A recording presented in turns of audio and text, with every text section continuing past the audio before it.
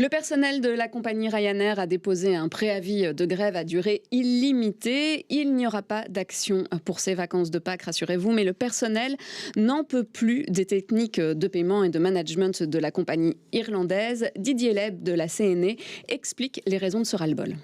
On sort de 2 ans de Covid, où ils ont particulièrement souffert, évidemment. Et en plus, on s'est rendu compte que Ryanair renseignait mal l'ONSS. Ça veut dire qu'ils recevaient des demi-chômages économiques.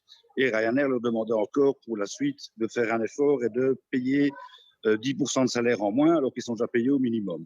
Bon, ils ont menacé de licencier du personnel aussi. Ils ont lancé une procédure Renault. Bref, c'était catastrophique. C'était mal géré, cette crise. On a vraiment fait pression sur le personnel. Maintenant, les activités reprennent.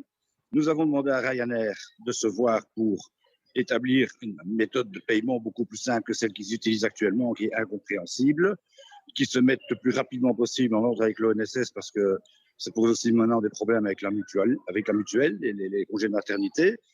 Et alors leur réponse est de dire oui mais non, il y a la crise énergétique, vous devez aussi faire un effort. Comme si les travailleurs de Ryanair ne subissaient pas la crise énergétique également. Hein. Donc voilà, il y a eu un ras-le-bol. Nos amis français ont fait la même chose, parce qu'ils se comportent de la même manière dans toutes les bases. Hein. Donc on lance un premier avertissement, on lance un préavis de grève pour Zaventem et pour Charleroi. Mais si rien ne vient, on fera grève.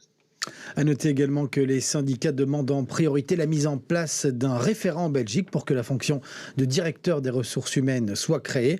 Si les négociations n'aboutissent pas d'ici fin avril, la grève pourrait donc être lancée en Belgique, voire même dans d'autres pays européens.